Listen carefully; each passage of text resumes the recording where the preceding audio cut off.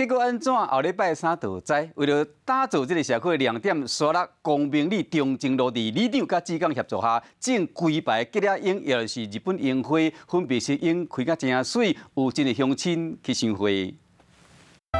真侪民众拢伫樱花树骹咧翕相，规排拢是粉红色的樱花树，佮加上日式的装扮。伫疫情期间，民众无法度出国。 归去到沙鹿的樱花树改造是伫国外。我们本来就很喜欢河湖，然后一直在寻找这种美景，然后我们就是要拍得很漂亮，很好的回忆。这是沙鹿公明里中正路的吉野樱花林道，伫里长和职工的协作，开一排真水的粉红色吉野樱花。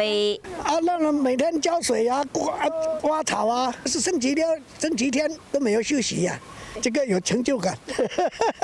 今年樱花因为受雨季的影响，花期减少，按算工内开到清明节之前，民众若要看花，就爱把握时间。